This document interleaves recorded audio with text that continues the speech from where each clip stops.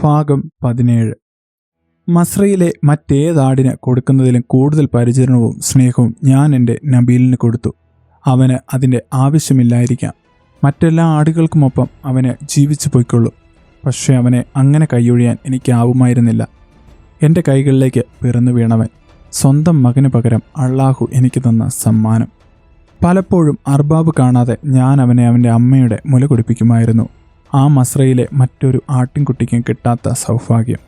സ്വന്തം അമ്മയുടെ മുല കുടിക്കാൻ കഴിയുക എന്നൊരു സൗഭാഗ്യത്തിനപ്പുറം മറ്റെന്താണ് എനിക്ക് അവന് കൊടുക്കാനാവുക? കറന്നെടുക്കുകയാണെങ്കിൽ ഞാൻ അവനെ പ്രത്യേകം കുടിപ്പിക്കും. അവന് പോച്ചയുടെ തളിരുകൾ കൊടുക്കും.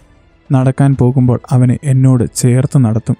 അവനൊരു കുസൃതിക്കാരൻ പയ്യനെ പോലെ എൻ്റെ കണ്ണു വെട്ടിച്ച് തുള്ളിച്ചാടി മുന്നോട്ടോടും. അല്പം മുന്നിൽ ചെന്ന് എന്നെ ഒന്ന് തിരിഞ്ഞു നോക്കും. ഞാൻ അവനെ പിടിക്കാനായി മുന്നോട്ട് ഓടിച്ചെല്ലും. അവൻ എന്നെ വെട്ടിച്ച് ആടുകൾക്കിടയിലൂടെ ഓടിമറയും. ഓടിച്ചിട്ട് പിടിച്ച് ഞാൻ അവന് ഉമ്മ കൊടുക്കും. നബീൽ എനിക്ക് മസ്രയിലെ 100 കണക്കിന് ആട്ടിൻകുട്ടികൾക്കിടയിൽ ഒരുവൻ ആയിരുന്നില്ല, എൻ്റെ സ്വന്തം പുത്രനായിരുന്നു. വളരെ ചെറുപ്പം മുതലേ അവൻ വലിയ കുസൃതിക്കാരനായിരുന്നു.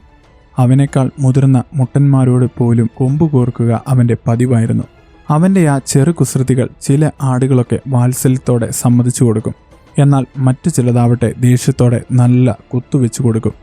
കുത്തുകൊണ്ട് ചോര ഒലിക്കുന്ന ശരീരത്തോടെ എത്ര വട്ടം അവൻ എൻ്റെ അരികിൽ വന്നിട്ടുണ്ടെന്നോ. അർബാബ് കാണാതെ ഞാൻ തൊട്ടിലിൽ വെള്ളമെടുത്ത് അവൻ്റെ മുറിവ് കഴുകി കൊടുക്കും.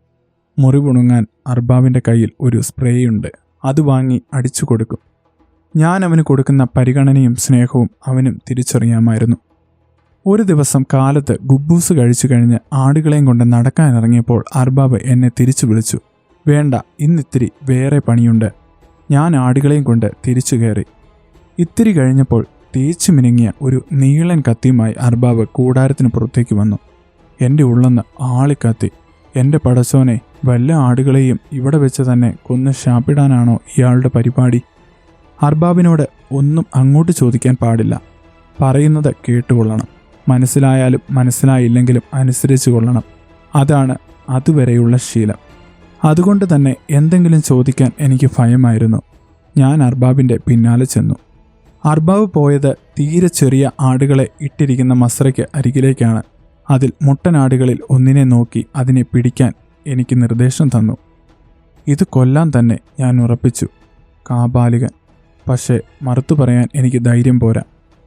മനസ്സില്ലാ മനസ്സോടെ ഞാൻ മസ്രയ്ക്കുള്ളിൽ കയറി പറഞ്ഞ മുട്ടനെ പിടിച്ച് പുറത്തേക്ക് കൊണ്ടുവന്നു. അതിൻ്റെ ശരീരം എൻ്റെ തുടകൾക്കിടയിൽ വരത്തക്കവണ്ണം പിന്നിലേക്ക് തിരിച്ചു നിർത്തിയിട്ട് പിൻകാലുകൾ ഉയർത്തിപ്പിടിക്കുവാൻ പറഞ്ഞു. എന്തിനെന്ന് എനിക്ക് അപ്പോഴും ഒരു ഊഹവും കിട്ടിയില്ല. ആട്ടിൻകുട്ടി ഇപ്പോൾ മുൻകാലുകൾ മാത്രം നിലത്ത് കുത്തിയാണ് നിൽക്കുന്നത്. ശരീരം എൻ്റെ തുടകൾക്കിടയിൽ, പിൻകാലുകൾ എൻ്റെ കയ്യിൽ. മുന്നിൽ നിന്നും വരുന്ന അർബാബിന് ആട്ടിൻകുട്ടിയുടെ ശരീരത്തിൻ്റെ അടിഭാഗം ഇപ്പോൾ വ്യക്തമായും കാണാം.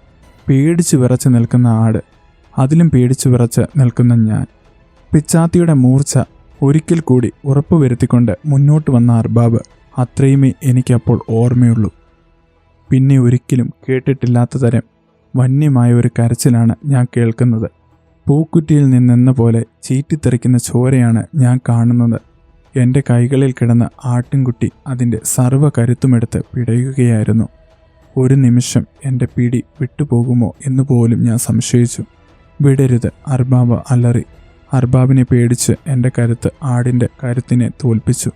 അടുത്ത നിമിഷം അർബാബ് പോക്കറ്റിൽ നിന്നും ഒരു സ്പ്രേ എടുത്ത് ആടിൻ്റെ മുറിവിലേക്ക് ചീറ്റിച്ചു. അന്നേരവും ആട്ടിൻകുട്ടി അതിൻ്റെ പ്രാണനിളക്കി കരഞ്ഞു. എന്നാൽ പിടിച്ചു കെട്ടിയതുപോലെ ചോര നിന്നു. അല്പനേരം കഴിഞ്ഞപ്പോൾ ആടിൻ്റെ പിടച്ചിലും പതിയെ കുറഞ്ഞു വന്നു. ആടിനെ മസ്രയിലേക്ക് തിരിച്ചു കയറ്റി വിട്ടേക്കാൻ അർബാബ് കൈ കാണിച്ചു. ഞാനതിനെ മസ്രയുടെ വാതിൽ വരെ എത്തിച്ച് കൈവിട്ടു. വെടികൊണ്ട പന്നിയെപ്പോലെ അത് ആട്ടിൻകുട്ടികൾക്കിടയിലൂടെ ചിതറി ഓടിക്കളഞ്ഞു. കഷ്ടം, ഒരു മുട്ടനാടിന് അവൻ്റെ മുട്ടത്തം നഷ്ടപ്പെട്ടിരിക്കുന്നു. അവൻ്റെ മുട്ടത്തം ഒരിത്തിരി ഇറച്ചി കഷ്ണമായും ഇത്തിരി ചോരയായും അർബാബിന് മുന്നിൽ വീണു കിടക്കുന്നു.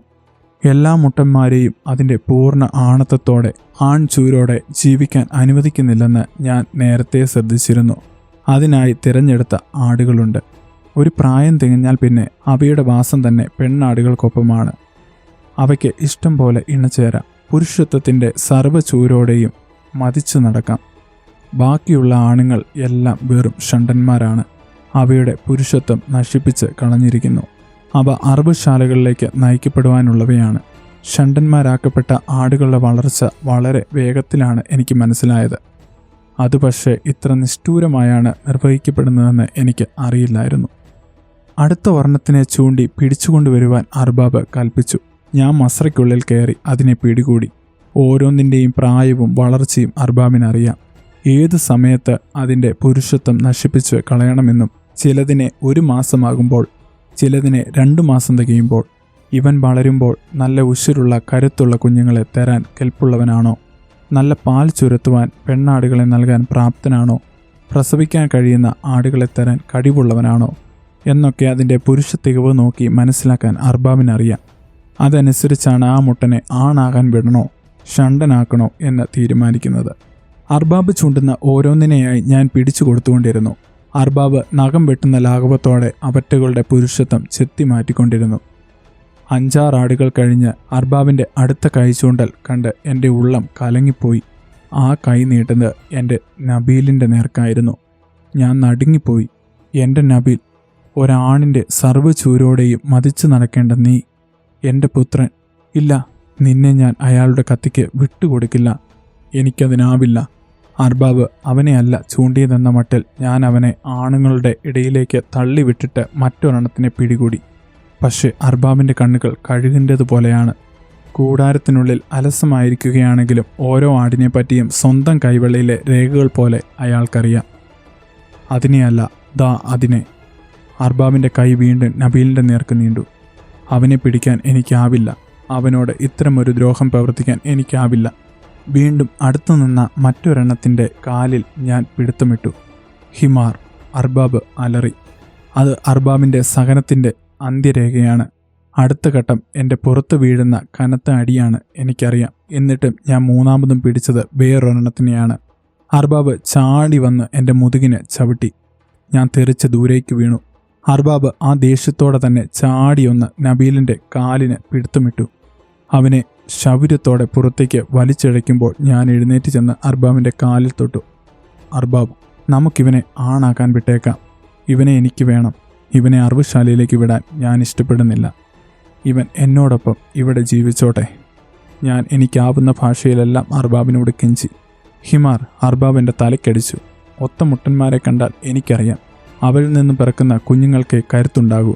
അവരെ ആർത്തിയോടെ വളർന്നു വരൂ. നിനക്കെന്തറിയാം? ഇന്ദി! ഹിമാർ! ഇവൻ അധികം താമസിയാതെ അറവുശാലയിലേക്ക് പോകേണ്ടവൻ. അർബാബ് നിർദാക്ഷിണ്യം അവനെ പുറത്തേക്ക് വലിച്ചിഴച്ചു. അവൻ്റെ കാലുകൾ കെട്ടിപ്പിടിക്കാൻ അർബാബ് കൽപ്പിച്ചു. പിന്നെ 2 നിമിഷം എൻ്റെ നബീലിൻ്റെ ആണത്വവും മറ്റ് നിരവധി ആടുകളുടെ ആണത്വത്തിനൊപ്പം കുഴഞ്ഞ ചോരയിൽ നിലത്ത് വീണ് കിടന്നു. അതറുത്തു മാറ്റുമ്പോൾ എൻ്റെ നബീലിൽ നിന്നുയർന്ന നിലവിളി അതിന്നും ഈ നിമിഷവും എൻ്റെ ഹൃദയത്തിൽ നിന്നും മാഞ്ഞു പോയിട്ടില്ല. ആ കരച്ചിൽ ഒരു കരിങ്കൽ ചീളുകൊണ്ട് എൻ്റെ ഹൃദയത്തെ പോറുന്ന പോലെയാണ് എനിക്ക് തോന്നിയത്. നബീൽ കരഞ്ഞുകൊണ്ട് മസ്രയിലേക്ക് ഓടുന്നത് മാത്രം എനിക്ക് ഓർമ്മയുണ്ട്. പിന്നെ ഉണരുമ്പോൾ ഞാൻ ആ കച്ചിക്കെട്ടിൻ്റെ മുകളിൽ കിടക്കുകയായിരുന്നു. നേരം ഉച്ചിയിലെത്തിക്കഴിഞ്ഞിരുന്നു. ഉണർന്നെഴുന്നേറ്റപ്പോൾ അർബാബ് എനിക്ക് ഇത്തിരി വെള്ളം കുടിക്കാൻ തന്നു. പിന്നെ പതിവ് പണികളിലേക്ക് പറഞ്ഞു വിട്ടു. നബീലിന് പുരുഷത്വം നഷ്ടപ്പെട്ട അന്ന് എനിക്ക് എൻ്റെ ഉണർച്ചകൾ നഷ്ടമായി. ആ താതാത്മ്യപ്പെടലിൻ്റെ രഹസ്യം എനിക്കിന്നും മനസ്സിലായിട്ടില്ല. ഒരാടിനൊപ്പം എങ്ങനെയാണ് എൻ്റെ പുരുഷത്വവും ഒലിച്ചുപോയതെന്ന്.